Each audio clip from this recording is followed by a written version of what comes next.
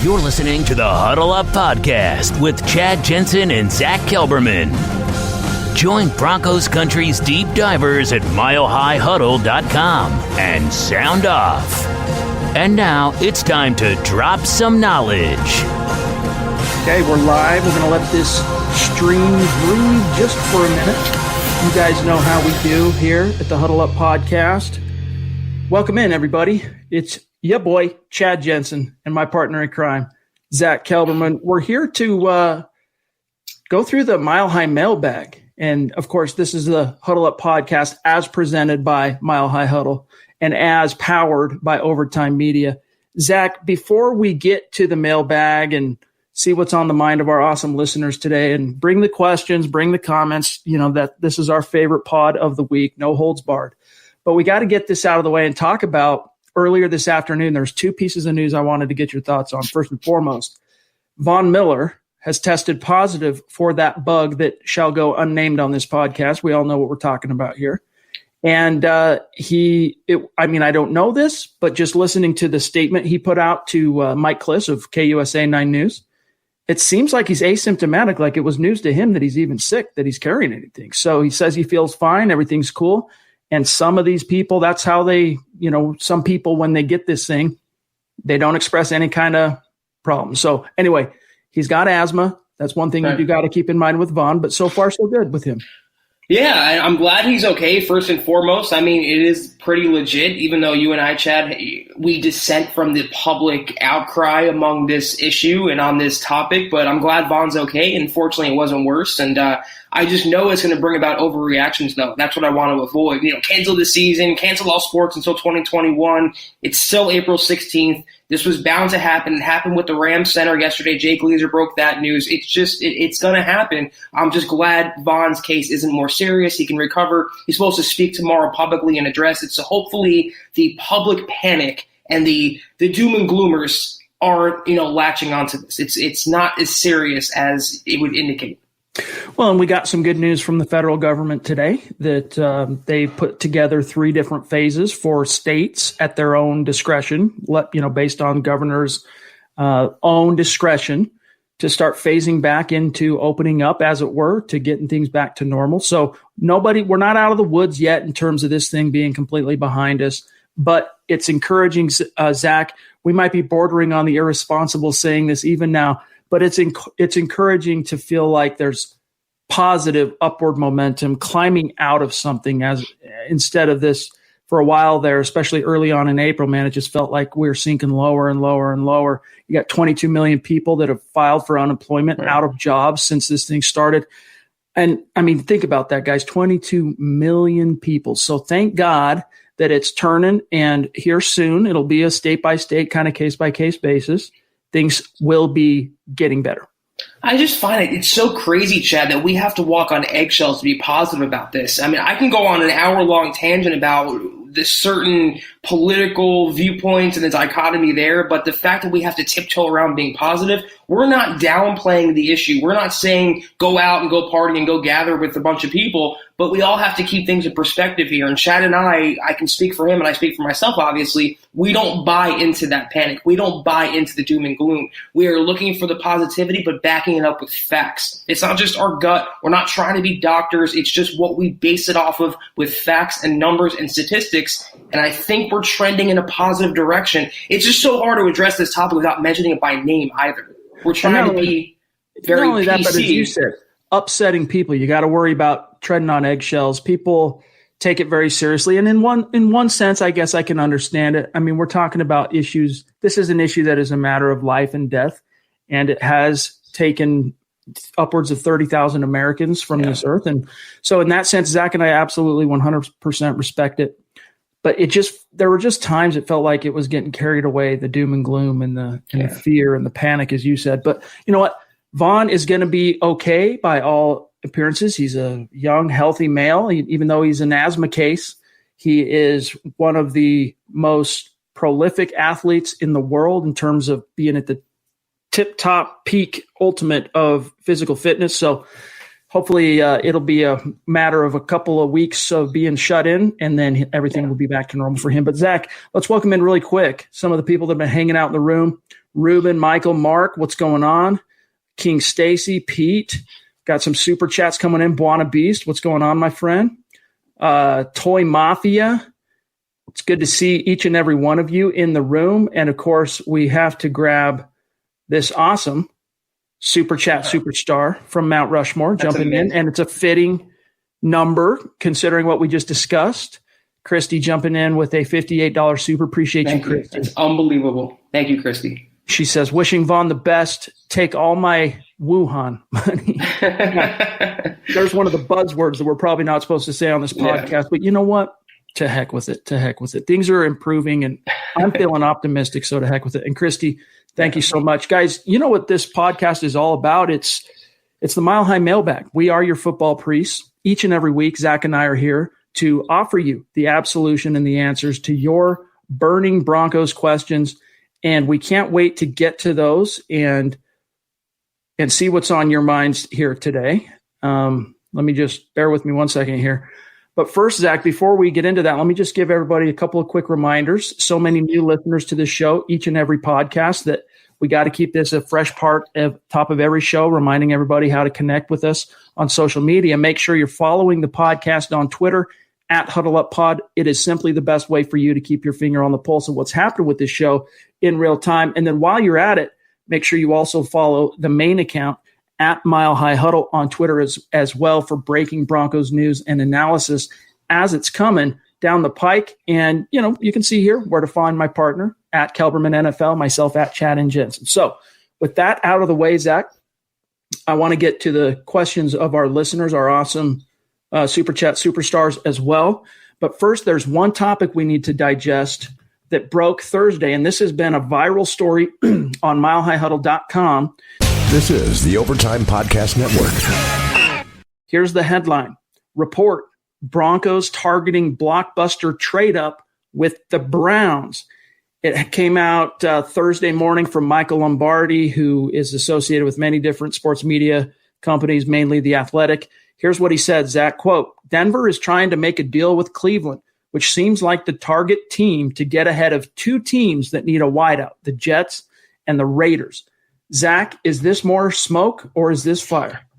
I think there's some fire to it. Obviously, we all know the Broncos love this wide receiver class. They probably love one specific wide receiver among the group. Maybe it's Jerry Jeudy, maybe it's CeeDee Lamb, maybe it's Henry Ruggs. We all know they have a need. They have the capital. I think to get ahead of receiver-needy teams, because that run could start with the Raiders, Chad, they have to move up to 10. And fortunately, the Browns might want to trade back to take a lineman or a tackle or whatever they're targeting. So I think there's some truth to this. I think there's some validity to what the Broncos want to do. And you and I were both asked on Twitter, what would it take to move from 15 to 10? It's not going to be future picks. It's not going to be a second-round pick. It's not going to be a player. Based on the value draft chart, which is not gospel, a third-round and a fourth-round pick could be enough to make that trade happen. And you know what, Chad? To guarantee a blue-chip wide receiver, I am doing that all day. I'm still torn on the issue of trading up. It just depends on, as you've talked about quite a bit today, both on social media, on this pod, the cost. I mean, if you can get it done on the relative, I don't want to say cheap because it's not going to be cheap, but if you can get it done at a manageable cost, you know, a third and a fourth, maybe I could live with it. Maybe 2/3 is the most, but still, even then, man, I'm not sure trading up for a wide receiver. Like, I just have a hard time with that personally. But if the Broncos end up pulling that off, Zach, and they get the quintessential wide receiver 2 to complement Sutton, to complement Noah Fant, to give Drew Lock every weapon possible to succeed in 2020, I'll get behind it. I'll back it up. It'll be all good. I mean, you have 3 third-round draft picks. You have 10 picks in total. What's a third and a fourth-rounder? And then when you consider, if you have intel that would suggest that by the 15th pick, all 3 receivers are off the board, you have to make that trade. I'm not a big proponent of it. I've been saying let the board fall to you, but for a third and a fourth, I am doing that all day for a Jerry Jeudy or a Henry Ruggs. Now, I wouldn't do it for the top 10. I wouldn't do it for Simmons. I wouldn't mortgage the future. But a third and a fourth, Chad, is peanuts, considering the capital the Broncos have and the need they have at wide receiver. Let's grab this super chat from Bronx Legend, who is increasingly becoming one of our superstars. We appreciate you, my friend. Thank you. The stream passed you up. It jumped really quick. And so, well, we just lost Zach. He'll be back on. But let me grab this from Bronx Legend, $5 super. You know we appreciate you, my brother. He says, first, prayers up for Vaughn. Now, can we actually say, and here's Zach coming back. Here he is. My internet lately. So sorry, guys. We live and die by the vagaries of the internet. You guys know that. Sometimes we got to roll with the punches. But I'm reading Bronx Legend's super here. He says, First up, prayers for Vaughn. Now, can we actually say, if true, that if we trade up to the top 10, in this case, talking about the Cleveland rumor to 10, that our pick will be for a wide receiver? I think it's pretty fair to say, Zach, I mean, as much as I don't necessarily love it, if the Broncos make that trade, it's probably going to be for a wide receiver. Yeah, that lineman rumor for a tackle, that is a smokescreen. They're not going to move up for a tackle. The only player they move up for or position they move up for is a wide receiver. So don't believe what you're hearing about the Becktons or the Wirfs rumors to trade up for them. If they move to 10 or any other number up, it's for a wide receiver. And by the way, guys, we are exploring other ways in which to stream different platforms and tools that we can use so that we're not as dependent on not so much dependent, so that we can control more the chat stream and super chats. And like this awesome listener, Mike Evans, jumped in with a super sticker, which we can't show on the screen right now because the stream passed it by. And we're going to rectify that here in the very near future. We're finding new ways in which to make this podcast even better for you, our listeners, and our awesome supporters out there in Broncos country. But Mike, I just wanted to give you some credit there and a shout out. We really do appreciate that. It means the world to us. And let me grab one more here, Zach, from Ben, and then we will get back to the questions in earnest. This one coming from Ben Roth on Super Chat. Oh, and it cut off his name, so bear with me one sec. Here we go. Man, if it's not one thing, it's another. Bear with me one sec, guys. This is a good one, too. Here we go. Got it. Bada bing, bada bang. Ben Roth. $5 super. Thank you, Ben. Despite having 5 picks in the top 3 rounds, I would like them to come away with 3 coveted players. Package picks and get your guys.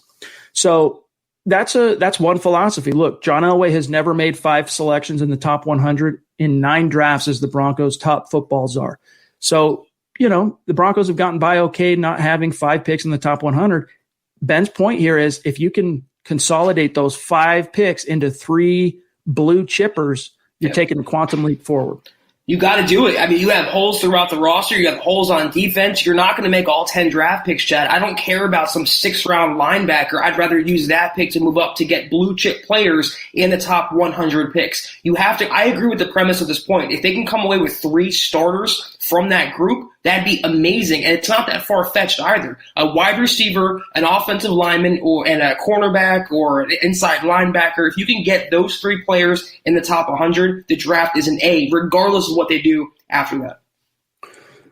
All right, let's grab here. Bear with me one second. From Ian Garrett, let's grab this again. For some reason, now this was the big story yesterday on milehighhuddle.com, that Demaryius Thomas would like to return to the Denver Broncos. Received a lot of questions from fans today, reaching out to me on DMs on different social media channels. And so let's get it out there, make sure everyone knows what's going on, Zach. Ian wants to know on Facebook, is it true that Demaryius Thomas wants to come back to Denver? Yeah, he said it himself. This isn't a report. This is Demaryius Thomas in a conversation for everybody to hear on Denver Radio, 104.3 The Fan on the Stokely and Zach show. Said, yeah, I want to come back to Denver. I don't need to be the number 1. But guys, as we've told you, as cool of a story as it would be and whatnot, it's just very unlikely to happen. They already have 2 ex-receivers.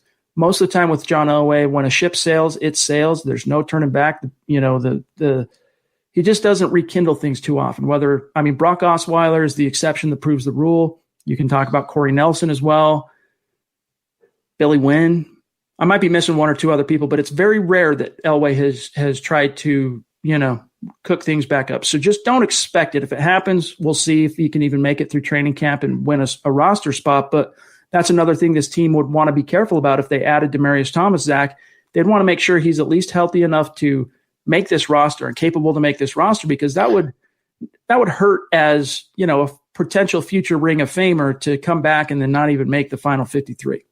First of all, what else is he going to say? He's a free agent looking to drum up interest to land a contract somewhere. There's a reason why he's untouched right now. He's in his 30s. He is coming off a torn Achilles. He's not the same receiver, not even close to it like he was early in his career. And like I said on Twitter, what would he provide? What is the purpose? Sutton doesn't need a mentor. The Broncos have younger guys. They have possession receivers. All he would do is take away reps from the younger players. They don't need him. Maybe, like I said, as a consultant or some guy to come in and talk to the locker room, maybe get on staff eventually, maybe in the Ring of Fame. I just don't see him as a player, Chad. He would bring nothing to the table. And there's a rumor or a theory they bring him back to get him to his milestone in terms of catches. That is not, or yards. It's not how Elway operates. He doesn't care what's best for the individual. It's what's best for business. Zach, just FYI, Zach, in case you're not aware, the connection on your side's breaking up just a little bit. So in worst case scenario, guys, if Zach's internet continues to give us problems, we'll just march forward. He can come on and off, and you might have to reset a router or something. We'll see how it shakes out, but we'll roll with the punches in the meantime. And Greco, that's one thing. I don't want to continue to talk about this on this podcast, but we've never once said don't take it serious. We've always said to everybody, make sure you're minding the simple social distancing guidelines, being smart. All those things apply. We're just talking about the apocalyptic fear mongering that for a time, I don't want to say has, like it's still a predominant issue, but for a time there, man, it was just, it was too much. And it contributed to, I think, a lot of anxiety and a lot of depression. We don't even know what kind of impact that had per se, even on business and people losing their jobs. So we're just saying, look, let's focus on the fact that if the feds, the federal government, the CDC, doctors, they're all saying, all right, look, this thing's kind of been nipped in the bud and we can begin to put the measures in place to climb out of it. Let's focus on that instead of the doom and gloom. Let's still be smart, Zach. Let's still mind our P's and Q's with regard to social distancing and the whole 9 yards, but let's focus on moving forward. Can you hear me, first of all? I don't want to. Gotcha. Yep, okay. You're good. Yeah, I'm not saying we're not taking it seriously. We're not, like I said, we're not saying go out there and not socially distance. I've been quarantining. I've been following the rules, but you can look at it objectively also. You can look at things realistically based on stats, trends, and numbers. And I guess I can just speak for myself and Chad that we didn't buy into the doom and gloom. Of course, we're taking it seriously. Of course, we acknowledge it. It's affecting our lives professionally, personally, but we also don't buy into the panic. It was 2 million Americans were going to die, then 1 million, and then 100,000, and now it's down to 30. I mean, that's a drastic decrease in numbers, and I just think it was overestimated from the jump, and that's pretty much as far as we'll go with that. This is the Overtime Podcast Network. Yeah, we don't want to continue to. We probably already talked too much about it at the top. Again, This is a sensitive issue. People get offended people misconstrue. It's just. I've honestly been mystified by the response of a lot of people on this topic, but nevertheless, Stu McPeak comes in to cut through the BS and focus on positive things. Stu. From Mount Rushmore himself. Stu, I'm sorry the stream passed by the super chat, but I'm grabbing you here. Another symbolic number there, 58 for Von Miller. Stu, you are a huge part of this community, and you know how much we appreciate you, my brother. Thank you so much, Stu. We've run out of things to say about your donations and your generosity, but we appreciate it wholeheartedly. Yep. It doesn't mean you know how much we appreciate and love you, my friend, and hope everything's going okay with you up in your neck of the woods. Let's grab James here. He says, where to go? What's up? Where's what's up? I'm missing something. The Capitol is there talking about a trade up within reason and secure the receiver who they like best. Cleveland is a very logical trade partner because they're ahead of the Jets, the Raiders, and the Niners. And there's a recent trade history as well. Zach, I've been hearing things on this topic in terms of trying to guess who that target might be. And I'm hearing, dude, that they like Jerry Jeudy the most. Of all these receivers, they like Jerry Jeudy the most. I'll still be surprised. Honestly, I'll still be surprised if John Elway drafts either Jerry Jeudy or Henry Ruggs because he's still never one time in the history of his GMing drafted an Alabama Crimson Tide player. Valid point. I just think this is the year where you can end that streak, Chad. I mean, 2 out of the big 3 wide receivers play for that school. And I'm with you, though. I don't think my preference is Henry Ruggs. My gut is telling me they want Jeudy or CeeDee Lamb, probably Jerry Jeudy. But, again, either of those big 3 would all do the trick. As long as Locke gets his shiny new toy, I'm a happy camper. Let's grab another superstar, Edward Keating himself, the man, the myth, the legend, $30 super. Wow. Thank you, Ed. He goes, I go back to work on Monday. So awesome. Ready for the draft. Keep up the great work. You guys rock. # state of being. Denver Broncos for life. That is great news, Ed. I'm glad things have turned and are improving on your side of things. And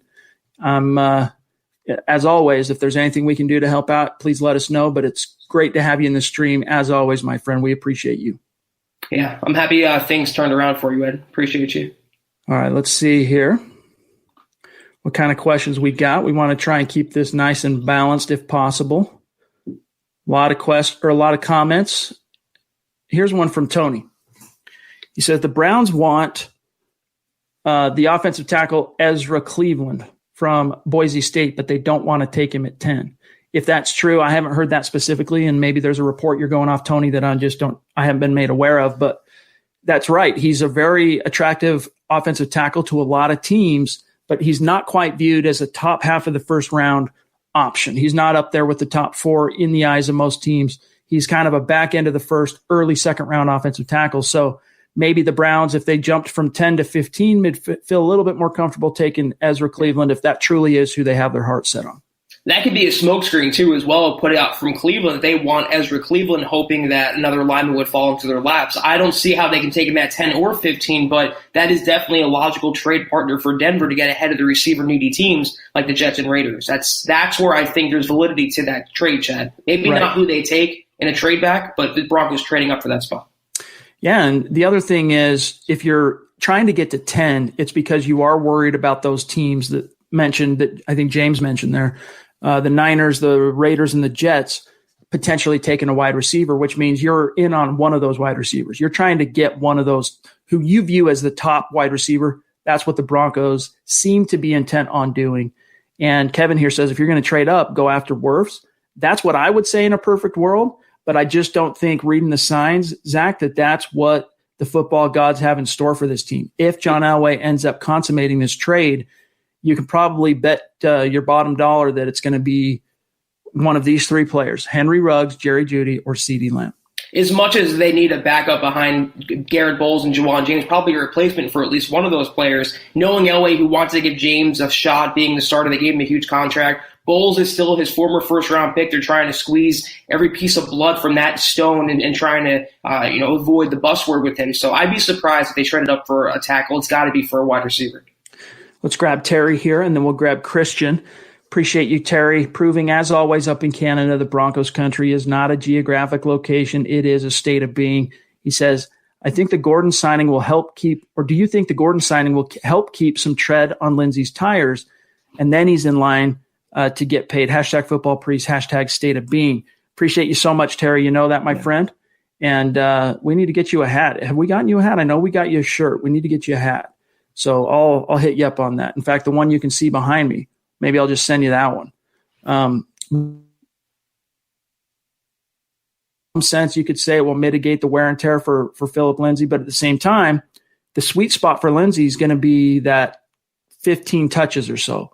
Let's say 12 of those as a rusher, 3 of those as a receiver, whatever. That might, that balance might change with Pat Shurmur liking to throw a lot more to running backs out of the backfield, but how much of that is really going to be affected by Gordon's involvement in the offense? Maybe it does go down. Maybe he goes from the 15 touch per game to 10 to 12 touches per game. And if that's the case, you're definitely going to preserve some of that tread on his tires.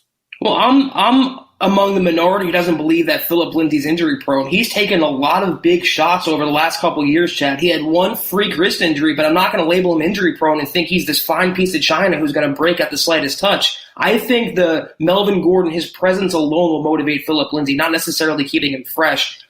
We had this question yesterday, who's going to have more touchdowns? I end up thinking that Lindsay's going to have more receiving touchdowns than Melvin Gordon. He's going to use this as his motivation to play better and get a contract that he thinks he deserves and that he does deserve.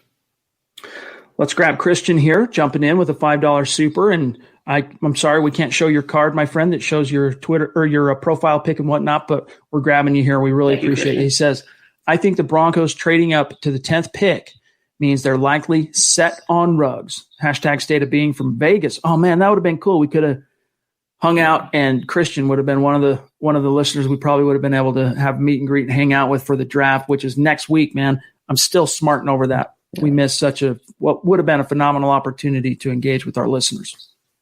Yeah, I happen to agree, though. I think they love Henry Ruggs, and I think they're going to go get a receiver. Something tells me it's Jerry Jeudy, though. I just think they'll take the safer prospect of the two who doesn't have the quote-unquote bust potential that some see in Henry Ruggs. But regardless, they will come away with a wide receiver. And yeah, Chad, it would have been great to meet up in Vegas, but one day we'll make it happen. Yeah, we'll find a way to replace that and do something different here. Let's grab Pete Johnson on Facebook. He says, if we were going to move up for a receiver and the Browns were the team we're trading with, do you think we should just give Cleveland our 15th for Odell Beckham and maybe Cleveland's second or third? What do you think? Neither one of us are huge on Odell Beckham. He's a really good receiver. Don't get us wrong, but he's a diva. Do you really need that in Denver right now with the culture you're trying to create? I would rather start from scratch with a Ruggs, a Jeudy, and a Lamb. If you're intent on parlaying that 15th pick into a wideout, that's what my preferred method would be. God, if we didn't want Stephon Diggs because he's a diva, then what is Odell Beckham, the guy fighting with kicking nets on the sideline? Why would you want that in Denver? And also his contract, too. He's a head case. I think he's a little overrated as far as I'm concerned since his peak years in New York. You got me? Yep, now you're back. Now you're good. I want nothing to do with Odell Beckham Jr., his contract, his diva personality, what he brings to the table. It's more baggage than talent as far as I'm concerned. Let's grab Aaron, who jumps in with a $5 super chat. Appreciate you, Aaron. Keep Broncos country rocking. I don't care how it's done, but let's get one of the top 6 receivers and a center. Let's go, locked and loaded. Zach, though, that would check 2 of these need boxes that the Broncos have. You know, Vic Fangio talked about that. They're hoping that when they go on the clock, the best player available matches a need for them, and they can check those boxes off. And if it shakes out the way that Aaron's hoping for, it'll be just that. Yeah, the draft is never a perfect process. Things never go 100% according to plan, but this is my dream scenario, Chad, is to emerge from the first 2 or 3 rounds with your starting wide receiver 2 and your starting center. If that's Ruggs and Cushenberry, that's best case scenario for me. Let's grab Levi here, who says, I'd take the kid from Louisville also, talking about Mekhi Becton. Garrett Bowles got a little better last year, but Juwan James sucks. I'm not sure why people love him so much. Those two won't get it done. Well, for what it's worth, Levi, the best offensive performance the Denver Broncos had in 2019 came in week, 14 on the road against the Houston Texans, in which Juwan James played the entire first half at right tackle, and that's where Drew Lock scored the majority of their points in the first half. So there is empirical evidence that would rebut what you're saying about Juwan James sucking. It's a matter of he's injury prone. And how much can you count on a player that is so consistently hurt like that misses as much time, and especially with how weird things got with his injury last year? Coming out of college and with the Dolphins, he was actually a premier, based on grading, Pro Football Focus anyway, he was a premier right tackle. So I wouldn't say he sucks. I think his injury history sucks, and I think his attitude sometimes toward his injury history sucks, but he's a very talented player. And if the Broncos can just get 90% efficiency out of him for a full season, they're fine on the right side. This is the Overtime Podcast Network. Josh Griffin jumping in with a $5 super. Appreciate you, my friend. Appreciate you a lot. He says, besides Locke, John has a better track record staying put or moving back. Trading up has been bad for us in the last 10 years. Hashtag football priest, hashtag Von Miller. That's a fair point. He traded up for Shane Ray, didn't work out great. Traded up for Paxton Lynch, didn't work out great. Traded back, got Derek Wolfe, worked out really, really well. Traded back last year, grabbed Noah Fant, was able to still get Drew Lock with the pick 42. Worked out well. So I think there's something to that, Zach. Scared money don't make no money, though, Chad. You can't be tentative based on past indiscretions. The Broncos whiffed on Paxton Lynch, yet they still drafted Drew Lock and traded up for him. You got to keep making moves and swinging until you hit home runs. So I would not use the Broncos' previous trade history as an indicator of what they're going to do. If they like Henry Ruggs or Jerry Jeudy or CeeDee Lamb and they have conviction, go up and get him. This is the time to do it. Make winning football moves. Robert says, would Logan Wilson, this is the Wyoming linebacker, be a reach in the 3rd round? I did a mock, and he was listed over 30 picks lower than 95. No, I think he might be viewed a little bit more favorably in the draftnik community than he ultimately ends up being by NFL teams, Zach. But I think the floor for him is the 4th round. I still think if a team takes him, if the Broncos were to take Logan Wilson and with one of those 3 third-rounders, we'll see if they still end up making 3 third-round picks. But if they did, I think it would be perfect value. Like, that's about where his spot is in this class. Yeah, I don't know that I'd use him with the first third-round pick, but the second or third-round pick would be, I think, his target range. Maybe on the optimistic side, but I would not cry if the Broncos drafted him with one of their third-round picks, the second or third one. Man, just when I'm getting to Ron's comment, the stream does a jump on me. Can you see Ron's on your side, Zach? Let me try to scroll up. Just do it nice and steady, or else it does it for you, and it's a no going back. While you're looking, let me grab Miller 707 here. Worst case, I can grab it from YouTube, but Miller 707 jumping in. Appreciate that $5 super, my brother. He says, I'm starting to think it would make more sense to trade back a few spots and take Mims rather than trading up. Oh, and then trade up in the late first and get Cushenberry or Ruiz. So he's saying trade back. Maybe you can swap with Philadelphia, who's at 21. They're looking for a receiver. They might be willing to move up. You take Mims there, maybe, is what he's saying. And then at pick 46, you maybe stay and you use some of those third rounders as one of those. Who was it I think it was Cliff that floated that. You trade back up into the late first and or early second, grab Cush or Ruiz. Yeah, it's a little convoluted for me. I'd rather just stay put and let one of the big 3 fall into the Broncos' laps, hopefully, or use one of those third rounders and package it with a mid-round pick and then move up and get your guy at 10 or so and then go in the second round looking for your lineman. I just don't think the Broncos are going to trade back in round 1, Chad. They might stay put at 15, but I just don't see a trade back this year. All right, I'm grabbing Ron. Bear with us one sec here, you guys. Far be it from us to ignore a super chat superstar like Ron Dubb. Here he is, jumping in. $5 super. Thank you, my friend. He says, prayers for Vaughn. If we move to pick 10 and Ruggs, Simmons, Okudah, and Wirfs are still there, who do you pick? Also, do you think we'll pick up Prince Amukamara later? I still think it's a possibility, but the farther we get out from free agency, I think you're going to see them take a corner in one of the premium rounds, and they're going to have some big plans for that corner to see some playing time. So Prince, I don't want to quite slam the door and say that ship has sailed, Zach, but I just don't see it. If there's a reason why it hasn't happened up to this point. And exactly. As for that Sophie's choice there, 10, if you got Simmons, Okudah, and Wirfs alongside Ruggs, I'll tell you who I'm taking in that. It's probably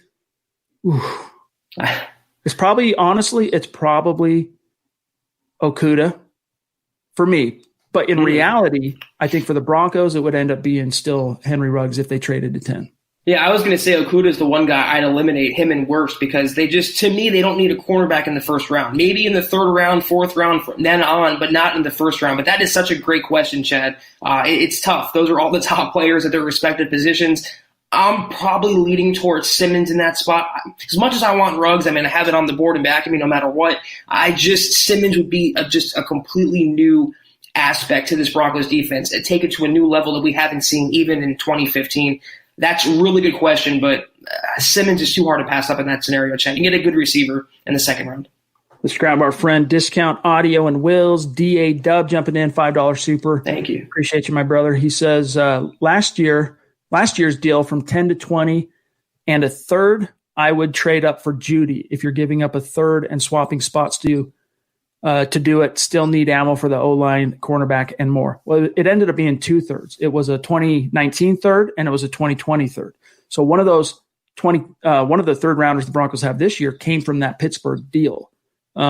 So if it was a single third, man, now you're talking. Now you're cooking with grease. Now you really have my interest.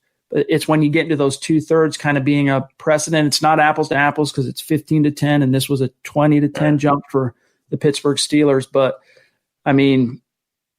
Judy, I've heard, and again, this is the lying season, you guys. I've heard that Judy is actually the apple of Elway's eye here when it comes to the wide receivers. We'll know soon. The draft's literally 1 week away from today. The draft kicks off next Thursday night. We're going to get our answers. Unless the Broncos are just smitten by one of these top receivers, Chad, just completely in love and transfixed with Henry Ruggs or Jerry Jeudy, I wouldn't give up 2 third-round picks, not in this deep receiver class, not with the holes they have to fill on other positions. Absolutely 1 third-round pick or a third and a fourth, I'm doing it. 2 third-rounders, a little too rich for my blood. Buona Beast, the mayor of our community on YouTube, appreciate you, my friend. He says, based on Nick Kendall's article at milehighhuddle.com, who is your dream nickel safety or nickel linebacker? For me, the dream would be Isaiah Simmons, but let's say the realistic dream, like who could you get realistically in this class to fit that role? And I think there are a few options. I don't love the idea of taking one in the first round like Xavier McKinney. Grant Delpit, I don't think is a guy Vic Fangio is going to end up liking because of his tackling issues. So then you look at the late day 1, day 2 options like Jeremy Chin. Honestly, for me, it's probably Jeremy Chin ends up as that top option to play a little linebacker for you and sub and little safety. And if you need him to play a little slot corner, he could probably do that for you as well. Plus, you got the Atwater connection, Zach. Yeah, perfectly said. I'm in full agreement. Simmons is my number 1, and then Chin in the second round on, to the third, which he won't last till. I think he's just a physical specimen. His talent is off the board, Chad. If he can put it all together mentally and with his coaching staff and his background, his pedigree, he'd be a great pick and a great nickel safety for the Broncos. Our friend Jay Step jumping in, $5 super. Appreciate you, my friend. Jay Step, if you're on Twitter, let me know who you are. Reach out to me so I can tag you after this podcast. We really appreciate your support. He says, I come here for stress relief and great Broncos news. Good job, fellas. Hashtag Broncos country. Well, that's good. That's why we're here too, you guys. I mean, this is what helps keep us sane as well and focused on things that, I mean, look, in the grand scheme of things, how important is football? Well, you can be dismissive about it, but honestly, I think it's pretty important. I mean, could you imagine this last month if we didn't have these? If you didn't have the free agency that we were able to break down and talk about and speculate on and project, if we didn't have the draft coming, I mean, it would take a dark and bleak period and just make it unbelievably depressing, Zach. Yeah, this is therapy, but instead of couches, we're using microphones. That's the only difference. And it's as much for us as it is for you guys. When we get comments like that, it's just completely humbling. So we definitely appreciate it. It's our goal, always. Amen. Martin jumping in on YouTube saying Wirfs could be the very first tackle off the board, maybe by the Cardinals. But at pick 10, that still means Jedrick Wills will be available or vice versa, which is true. I just don't think the Broncos – I prefer tackle or corner in the first round. That's my first preference. But I don't think the Broncos are thinking that way. I honestly believe the Broncos are thinking more along the lines of the way Zach's viewing this first round, and it's going to end up being a corner or a wideout, especially if they make that trade. I mean, you're trading to pick 10 specifically to leapfrog the 3 threats to take a wide receiver because you covet a specific guy, and it's not a tackle probably, it's not a corner, it's a wideout. Exactly. If Wirfs fell into the Broncos' laps at 15, they'd probably think about taking him, but they're not going to move up for a tackle. If they move up in this draft class, before the pick is even announced, you guys should know it's a wide receiver. Westside Philly jumping in, $20 super. Awesome. Appreciate you, my friend. If you're on Twitter, reach out. Let me know who you are so I can associate your YouTube with your Twitter. I would be willing to trade all 7 extra picks if we could come out with Isaiah Simmons and early second-round wide receiver and the best offensive lineman we can muster after that. Not interested in letting go future picks, though. Hashtag state of being.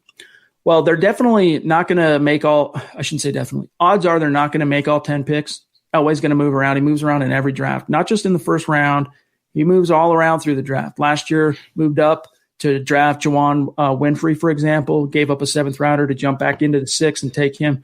So he's going to move around, Zach, but they got to come out with more than 3, I think, in this class. Yeah, they got to hit on more positions than that. And, as much as I love Simmons, you're risking taking a non-premium position. It's the sexiest pick possible, but a non-premium position. And in the second round, you're chancing it. What if Mims is gone? What if Rager's gone? If Ayuk is the best receiver in round 2 and you took Simmons ahead of Ruggs and you passed up Jerry Jeudy or CeeDee Lamb, it's just not what's best for business. We all want Simmons on this team, but we all recognize the Broncos need a wide receiver more. It's just reality. Jordan says, still waiting for a coffee mug to hit the merch store. Sure. It's funny that he should say that, Zach. Yes, we have that coming next. In fact, we're finalizing that tonight. Look for that very, very soon. We'll probably show that off on Sunday, Chad. So Sunday's pod, look out for that. John on Facebook says, I saw a mock where Isaiah Simmons drops to 10 to the Browns. That's very unlikely, but if it happens and we have the 10th pick, do we go Simmons or wide receiver? Right now, all things being equal, I think the Broncos, if they're looking to make that trade to 10, it's under the assumption that Simmons won't be there. Okay. But if for some reason he is there and they're sitting there at 10, I think there would be a little bit of maybe a mutiny in that room. Vic Fangio would probably be pounding the table for Simmons. Yeah. And Elway wanting to get his boy Drew Lock, that shiny new wideout, might be pounding the table for whichever one of those receivers they truly end up having their heart set on. That would talk about a Sophie's choice. That would be a real Sophie's choice. I just don't think it's going to happen. I don't think the Broncos, this is just guesswork on my part. They're not doing that much, background check on Simmons because they don't think he's going to be available. Realistically, he's probably not going to escape the top 5. Definitely by 10, he's going to be off the board. So like Chad said, they're operating under the assumption if they move to 10, they're doing it for the reason to skip the teams ahead of them and take a wide receiver. They're not going to trade up for Simmons or any other player. If they do move up, it's for a wide receiver. Let's grab David jumping in, a super chat superstar, bona fide. Appreciate you, David. Thank you, David. He says, with a $20 super, he says, will John Elway confer with Locke at all in this draft? Didn't know if Locke has any say or opinion. I really doubt it. No, probably not. No. I mean, maybe he's gotten his opinion on which wideouts he likes, but I don't think Elway expects Drew Lock to have fully scouted the 2020 wide receiver draft class. But, he needs to get a little bit more time under his belt. And then I think you'll see GMs, his GM or his head coach come to him and ask for his opinion on things like this. But I highly doubt that, Zach. Unless your name is Peyton Manning, Tom Brady, Aaron Rodgers, you don't have influence on who the team drafts. They're not going to come to you and be the deciding factor. After the fact, they might call him up and be like, what do you think of this pick? Or, here's his number, go work with him, go call him up and get familiar with him. But they're not going to go to him. They're going to probably go to Mike Shula, Pat Shurmur, Matt Russell, Vic Fangio. Those are the secondary brain trust, but it's Elway's final call. And for as much as we love Drew Lock around here, he's still a first-year starter this season. He doesn't have that much clout or influence. He has to earn that. It's not given. Bronx Legend says, by the way, Broncos country, I submitted a video for the day of the draft to the NFL. Hope I make the cut. We do too, my friend. And if you do, make sure you let us know and we'll help you promote it here at milehighhuddle.com and on YouTube and on our social media. Greg jumps in on Facebook saying, wish we could have had Chad and Zach here in Vegas with us, surrounded by all these Raiders fans. Yeah. We wish it too, man. We really are still bummed about that. But don't sleep on the prospect of us coming up with a way to make up for that, even if it doesn't end up, of course, being in Vegas. But maybe it will, because the Broncos are going to be in Vegas at least once this year. Maybe your boys here, your football priest, will as well. Let's grab King Hicks with a $5 super. Thank you so much, my friend. We really appreciate that. You're so consistent, and it means a lot to us, buddy. He says, if the rumors are true and we actually trade up to 10, what would you give up to make that move, and who would you take? Hashtag California love, hashtag great content. Appreciate that, King Hicks. My pick there of a reasonable selection, someone I could expect to be there, my preferred would be Wirfs, and I think he'll be there, or I think there's a good chance he'd be there. If it comes down to picking between wide receivers, you guys know how I feel. I'm all about CeeDee Lamb. I just happen to think if they do move up, it has to be for wide receiver. We all have our preferences. Mine is Henry Ruggs, but it's going to be for one of those big three. And I want to just clear up a little misconception. I'm not saying, they would pass on Simmons for a wide receiver, but he's not going to be there. I will bet you $5, Greco, Simmons will not be there at 10, so the point is moot. I'm saying the Broncos are operating realistically thinking Simmons will be off the board. If we're going to move up, it's for a wide receiver. He's the better player. He's the better talent. I would have Simmons over a wide receiver. It's just not going to happen. And it's like I said, if the Broncos are looking to make that move, they understand that anything's possible. I mean, they didn't expect Bradley Chubb to be there at 5 in 2018. And so they're going to be prepared for anything and everything, but they're not making that trade with eyes of or expectations on getting Simmons. Now, if it came down to that, they're sitting at 10 and you got Simmons and your pick of the litter at wide receiver. It's a real conversation. I think you would have a mutiny there in terms of, hung jury, as it were. You'd have probably Vic Fangio and a lot of the scouts saying, let's grab Isaiah Simmons. And John Elway would, who knows? Matt Russell, what they would ultimately end up doing. I would think it would probably be Simmons, but it's a moot point, as Zach was saying, because the idea of him falling that far, not good. Shake's telling me, by the way, Chad's internet is messing up, not Zach's, which is weird because Zach's got booted out. So maybe we're both having issues. I don't know. We've been stable though, so don't jinx it. We'll see here. All right, guys, let's see what else we've got. Just did a jump. Let's grab Don Juan jumping in, $5 super. Thank you, Don. Appreciate you, Don. With Vaughn having the now, the virus, do you guys feel the season will still happen? No vaccine in sight. That was addressed specifically today by the task force at the White House, including, for those of you who want to turn this into a partisan, it's not a partisan issue, including the CDC doctors, including Deborah Birx, Dr. Deborah Birx, and Dr. Anthony Fauci. And basically what they said is once a state gets into phase 3 of this recovery process, opening things back up, that point will be, you'll be able to do stadiums. You'll be able to do all. So is the NFL season going to happen? Yes. Barring this thing really, knock on wood, bouncing back like in August or September with the same type of ferocity that it had 6 weeks ago, the NFL season is going to happen. The only question at this stage, Zach, remains, is it because you're not going to have all 50 states getting through their phases equally at the same time? You are, as a league, you're going to have a contingency in place.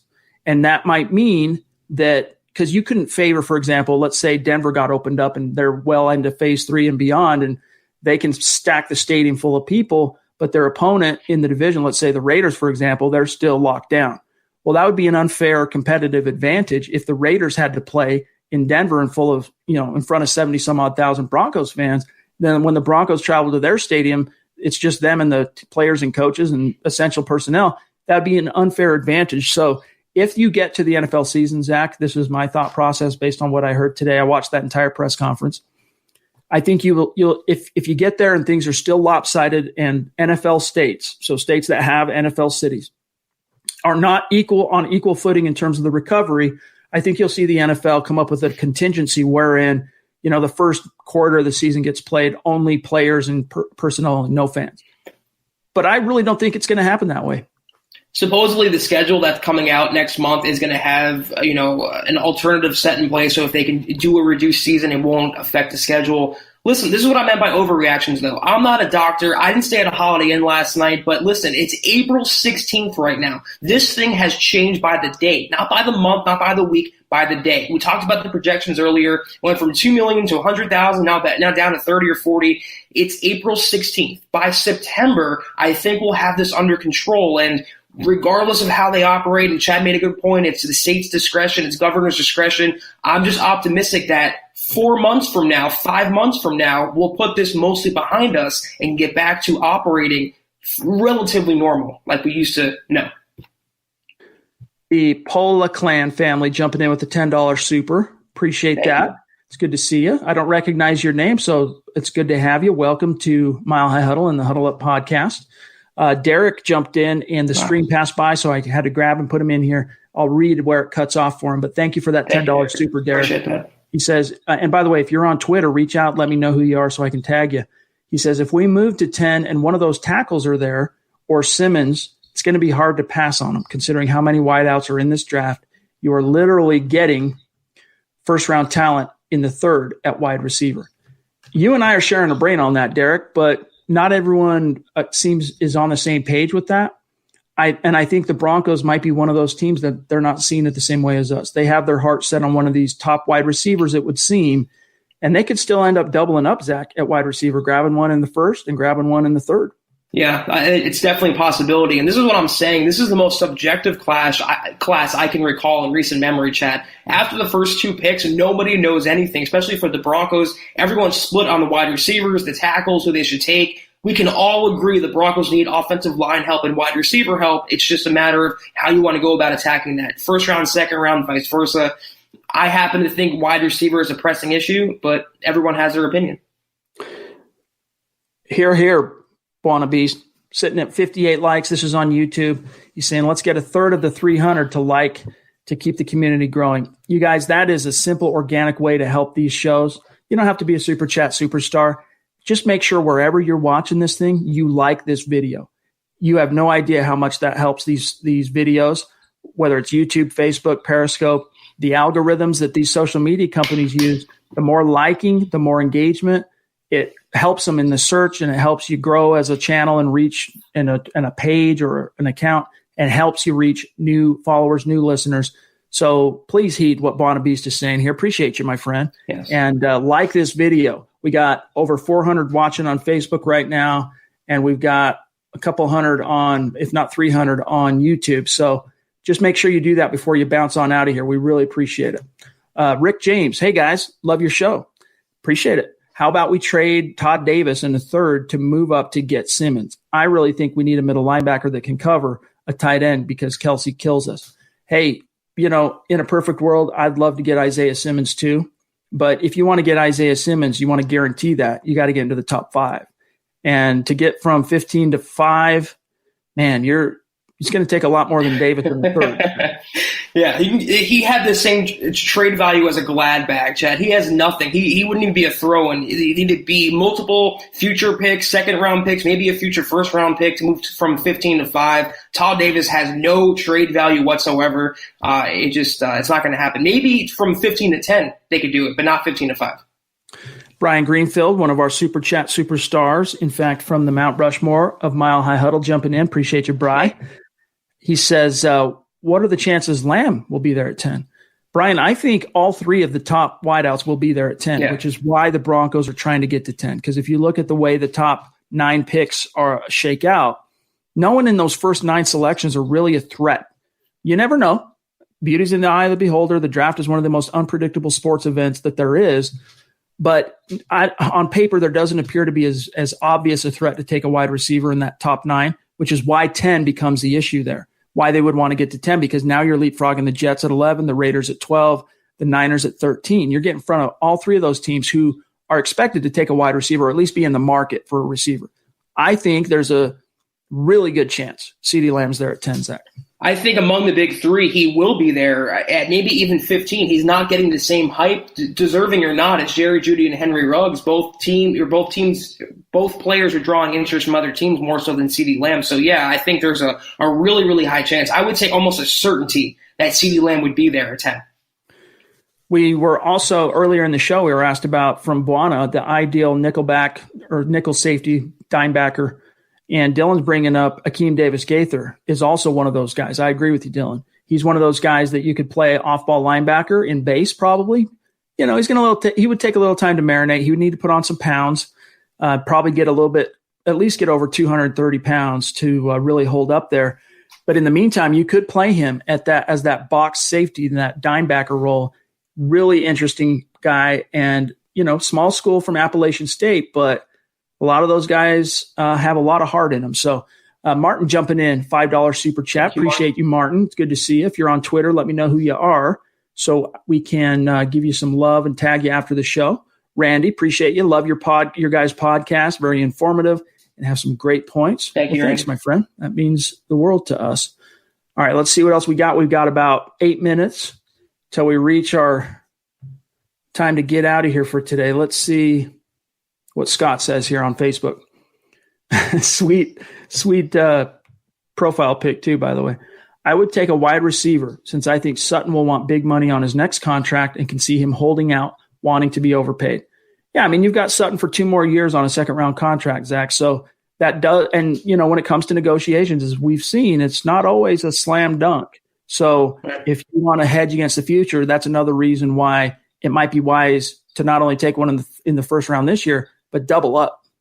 Not to mention, you want to have 2 young receivers growing with your franchise quarterback in Drew Lock, who's also on his rookie contract as well. And that's what I'm saying. Take advantage of the draft capital. Take advantage of this being a loaded draft class, and take advantage of the team that you're building, the nucleus that you're building. Let them all grow together and dominate, not just for 2020, but for years to come. Appreciate that. We freestyle forever. It means a lot to us. Speaking of Super Chat superstars from the MHH Mount Rushmore, Steve jumping in at vote. What is it? I think I have it memorized. At Vote Moose 80, right, on Twitter, my friend. $10 super. Thank you, Steve. Is your mock draft roundtable still on Sunday? Hey. Thank you for reminding us. This is the last time you're going to hear from Chad and Zach this week. But Sunday, of course, we would be back in the saddle normally anyway. Sunday night's going to be our War Room mock draft. So you're going to have myself, Zach. You're going to have Nick, Carl. You're going to have Eric and Lance. And the six of us. In fact, also we're going to have Luke Patterson on that. So it'll be a 7-man war room, appropriate number. Don't you think? 7? And we're going to make the best we can of it. I mean, in years past when we do the war room, we've always pre-recorded those conversations and then uploaded it as a podcast. And this time we're going to do it live. So it's sure to have some fireworks, Zach. It'll be fun. Yeah, it's going to give a little preview of what the NFL is going through with their virtual draft as well. So hopefully less kinks, Chad. Amen to that. I am Supreme22 jumps in, $2 super. Appreciate you, my friend. Candy bar money to keep the show so sweet. Be safe, y'all. Thank you. Appreciate that, my brother. And you as well. Flippant Booch jumping in, $2 super. As of now, our defense will get smoked. Deep thoughts. Thank you, Flippant Booch. You know we appreciate you. Yeah, you got to worry a little bit about the corners. That's why I still view cornerback as a first-round caliber need for this team if the right guy is there. But you do have arguably the best safety duo in the league, even though Kareem Jackson's getting a little long in the tooth. You do have the best safety duo or arguably one of the best safety duos. Justin Simmons as a center fielder, as a guy who can, basically be a shell over deep coverage. That helps out a lot, Zach. But these corners, like A.J. Bouye, he doesn't win based on speed. He wins by jacking people up at the line and being physical at the stem point on these routes. Bryce Callahan has a little bit more speed to him. He's not the fastest guy. Neither is Devontae Bosby. They all kind of have their own unique strengths and skill sets. All three are quintessential Fangio corners. That's why with Fangio, it's not so much about, hey, Aqib Talib or hey, Chris Harris, go lock this dude down. It's about the coverage, not only going hand in hand to account for the different wide receiver threats that are on the field, but also confounding the quarterback to a point where he holds onto the ball just a little bit longer, and then Von Miller's got him. So it's supposed to be an ecosystem that thrives together. I'm just wondering if this is a typo or a fairly telling autocorrect, Chad, because if thoughts are smoking the Broncos defense, they have bigger problems than just NFL teams. But I don't see the Broncos defense with much deficiencies this season, even with their lackluster, I'd say, or unproven cornerback core. You have great linebackers, obviously. You have a great defensive line now with Jerome Casey. You have Justin Simmons, Kareem Jackson. You need a third safety, another cornerback, but I don't see any area where they have any sort of weakness. Maybe Todd Davis would be your weakest link, and even if that's the case, you have a really good defense in place. I don't see many teams smoking the Broncos. I believe they'll be top 10 in most categories this year. A second year under Vic Fangio, all their players coming back healthy, and I just think they're going to be really solid all the way around. WE jumping in, $5 super. Appreciate that, WE. And my message to you as well, if you're on Twitter, please reach out and let me know who you are so I can tag you. Can't wait for the Judge Judy and Supreme Court wide receiver. That would make for a badass poster. I like that. Should trademark that. Josh jumping in. That's right, WE. Get that locked down. Another $2 super. Thank you, Josh, my friend. And he says, are you guys having a live stream during the draft? It's funny you should ask. We've mentioned it a few times, but yes, next week we will be going live right before the first round kicks off Thursday night. And we plan on having the stream going the entire first round, the entire Friday, so day 2, second and third round. But Zach and I, we don't yet know exactly how we're going to rotate the hosts. So Zach and I will open things up with you. As news breaks, though, for our website, we're going to have to jump off and on, but we're going to rotate Zach, myself. You'll see Nick for sure. You'll see Eric for sure. You'll probably see Lance for sure. We'll all be taking turns, as it were, at the microphone, hosting and keeping the conversation going, talking to you guys in the stream, reacting to what's happening in the draft in real time. It's going to be a gas. I can't wait for it because, Zach, in years past, we do a podcast after the fact, right? We react to what we saw, and we'll be doing all that stuff too later on. But this time, we're going to be live. You're going to get the raw gut reaction to everything as it unfolds. And having the interaction with Super Chat has added a new layer to it. So you and I talk about this off camera a lot. We're really excited to see how it's going to play out this year. We're hoping you guys are looking forward to it as well. Yeah, all the conversation in the chat stream. It's just going to be, we're really stoked and looking forward to it. All right, let's see here what else we got before we get out of here. I don't want to miss anybody. John's got a good question though on Facebook. If we get our wide receiver at 10 or 15, would you see Elway trading back into the first round for a linebacker like Kenneth Murray? I could see it happening, yes. Now, depending on if you traded up to 10, odds are you gave up at least one of your third-round picks, probably two. We'll see. So it's going to limit your ability to then trade back into the first round. But if they stand pat at 15 and take a wide receiver, I could very much see them using at least one of those third-round picks to jump in either late first, early second. Would it be a linebacker? I doubt it. I think it would be for a corner if they took a wide out at 15, a corner or an offensive lineman. But Kenneth Murray, really good linebacker. I just don't think the Broncos view their linebacker as a day one need when it comes to the draft. Yeah, they're not going to make consecutive trades up the board in both rounds. If they move up from 15 to 10, they're good, and they would let the board fall to them probably in the second round or vice versa, like Chad just laid out. But Murray is someone who's a fringe day one talent to begin with. And as the Broncos showed last year, they believe they can get by with the sum of all their parts at inside linebacker. I don't think they'd splurge to trade up for Kenneth Murray, who might not even be the best inside linebacker after Simmons in this draft class, Chad. So I think a far-fetched scenario for sure for Denver. Let's grab Jake. And by the way, Jake, are you on Twitter? Because I type your name out after every podcast, but I'm not able to tag you. So if you are, reach out and let me know so I know who you are. Appreciate that $5 super, my friend. Thank you, Jake. First two picks, wide receiver, then a center. Then the rest, defense. Get Vic Fangio the young guys that he likes for his type of defense. I would just throw in there tackle. A tackle, yes. I mean, you gotta build that nest for Drew Lock. You know what I'm saying? I agree. They don't need a tight end. They don't need a running back. They don't need a quarterback. Another tackle and a center, and they can turn to the defense with defensive line, inside linebacker, secondary. I agree with you, though. The premise is the first couple rounds, the first premium picks have to be devoted, I'll say it again, to Drew Lock and the offense. Zach, I might need your help interpreting this. One of our Super Chat superstars, Glenn, saying Simmons is going to be a part of a murder Super Bowl week. That's a bold prediction. What is he getting at? Did we miss something there? He's doing his best Ray Lewis impersonation. I'm not sure about. He might be responding to something in the stream that we missed or something. But all right, let's see what else we got here, guys. Bear with me 1 second. James from across the pond jumping in. 10-pound Super Chat. Thank you, James. That's awesome. We appreciate you, my friend, and you don't have to. We don't expect you to do that. I appreciate your help and what you do in the Mile High Huddle Facebook group, the Denver Broncos super fans, and I just want you to know that it means a lot, your contributions to the community, my friend. He says, the wide receiver class is deep, but the real drop-off after tier one of Lamb, Ruggs, and Judy in the top 15, going from them to Mims, Rager, and Jefferson in the top 30.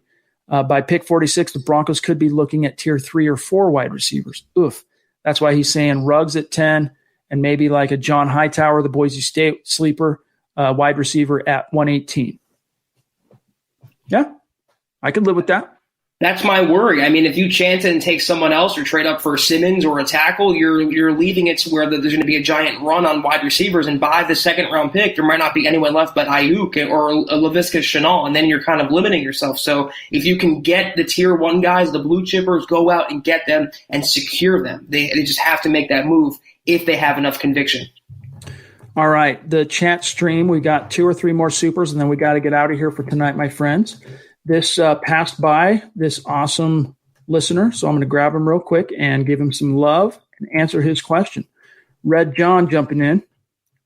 Let's grab your question here. $5 super. Thank you, my friend. Huge fan.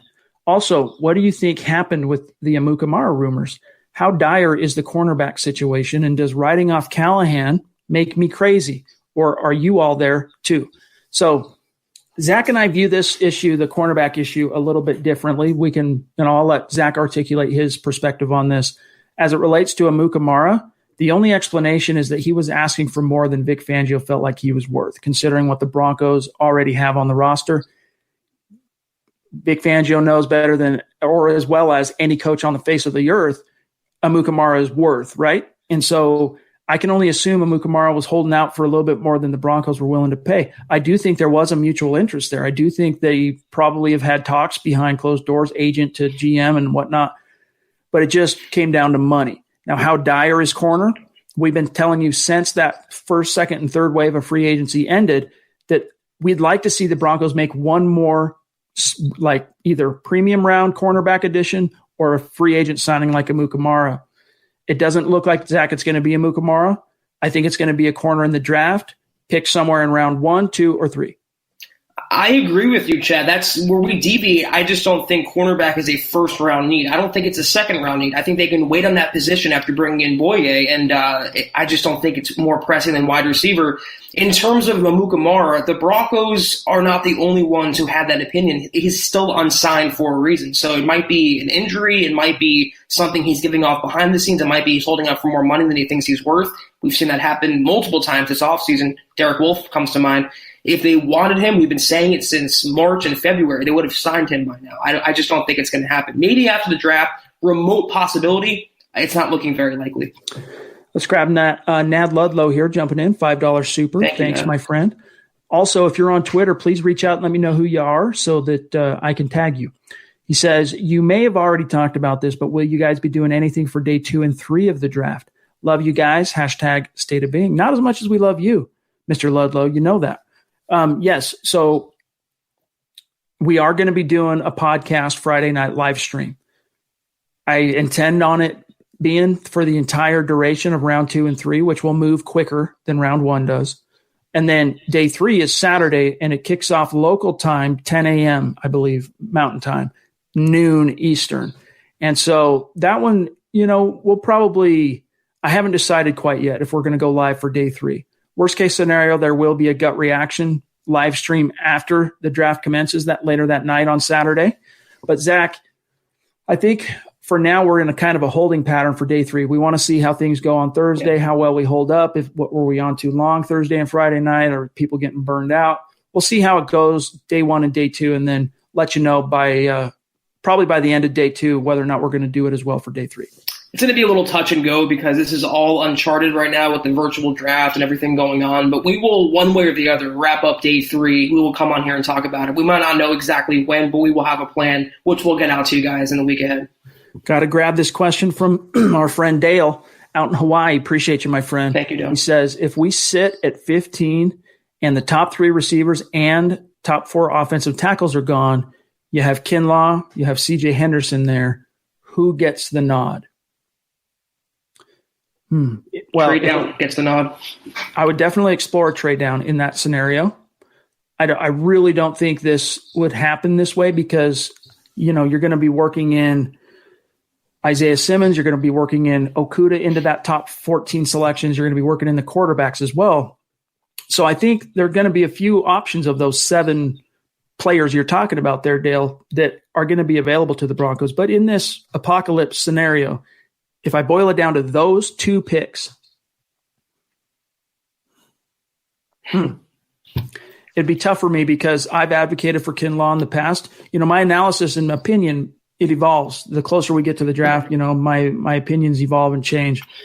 The analytics say that the least risky pick in the first round is a defensive lineman. Believe it or not, this was something that Thomas Hall sussed out in a research article that he did. Go check it out at milehighhuddle.com.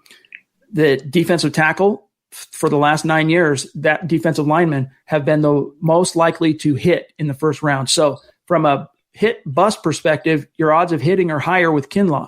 Meanwhile, there are many people inside the NFL who believe C.J. Henderson is the best cover corner in this class, even better than Okudah. But he sucks at tackling. So you have a conflict there. If Vic Fangio loved his coverage ability enough that he felt like he could coach him up, though, Zach, on the tackling, then you might be able to make something happen. So to answer his question, though, and then I'll serve it over to you, my thought process on this today would actually be to take C.J. Henderson.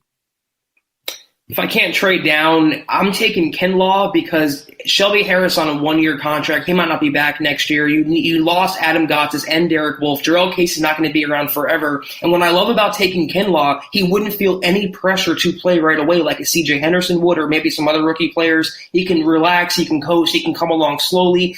And if you have Kinlaw as your backup behind Jarrell Casey and he's anchoring the middle of a defense that features Von Miller on one side and Bradley Chubb on another, you're just setting the defense up not only for now but for the future. So if I can't trade down, I'm taking Kinlaw in that scenario. All right, let me make sure it's about time for us. Oh, wow, we're 10 minutes after. We got to get out of here, you guys. Let me just make sure we're not missing anybody. I am Supreme jumping back in. Appreciate you, my brother. I think we got everybody, and if we miss someone, I'll find it after the fact and we'll make it up to you. But guys, that I Am Supreme says the draft is upon us. Go Broncos. Amen to that. It's here, Zach. It's this next week is going to be a lot of fun, just kind of speculating as things begin to pick up momentum when we inch closer to the draft. And we're going to be here alongside our awesome listeners every step of the way. But that's got to do it, you guys, for today's episode of the Huddle Up Podcast. Thank you for making this week another phenomenal, awesome week of podcasting for Mile High Huddle and the Huddle Up Podcast, the whole crew. We appreciate you guys, every one of you. Thank you for joining us on the live stream. Thank you for participating in the chat and contributing to this conversation. It's a mile high salute to all of our Super Chat superstars out there. You know who you are. We appreciate you guys so much. Make sure you're following the show at Huddle Up Pod, also at Mile High Huddle. Don't forget, guys, before you X out of here, like the video before you bounce out. You guys have no idea how helpful that is to us. And then here's what to look forward to. I know you'll have another episode of Dove Valley Deep Divers tomorrow night, 6 Mountain, 8 Eastern, followed by another one Saturday. So you'll still get 2 more days of podcasting. Zach and I are going to take a step back. We'll be back in the saddle Sunday night, 6:15 Mountain, 8:15 Eastern, and we'll do the War Room. Zach, it's going to be a gas. Yeah, I was going to say, based on that last point, enjoy this build-up to the draft, guys, because after the draft, if things are how they are now, going to be that way for a couple months, we're not going to have anything else to talk about. No more rumors, no more speculation. This is one of the more fun parts of the offseason, the lead-up, the build-up, the anticipation, the speculation. Enjoy it now for the week to come. I know I'm excited. I know I'm excited for the draft, but I'm just thinking what it's going to be like after the fact. So just enjoy this next week. Tony, why is Trickle having his mock so soon? I'm not sure what you're talking about. Trickle has submitted his final mock draft to me already. I haven't published it yet. So that'll probably come out Monday of next week. We'll do the War Room Sunday. So I'm not sure what you mean by that. But, and no, for those of you that are asking, Trickle is not burned out on the draft. He's very overworked at this stage. He's been working his ass off. So he could use a rest, but this dude's a sick maniac when it comes to the draft, man. He just spends hours and hours and hours class, talking to his sources, talking to scouts, watching film, ranking players, the whole 9 yards. So he just thrives on this stuff. But, guys, we got to get out of here. Zach, my brother, have a great weekend, and we'll talk again on Sunday. You as well. I'll see you Sunday, Chad. Everyone else, appreciate you as always, and another great week of podcasting, Chad. Much love, Broncos country. For Zach, I'm Chad. We'll talk to you again Sunday night. You've been listening to the Huddle Up Podcast. Join Broncos Country's deep divers at milehighhuddle.com to keep the conversation going.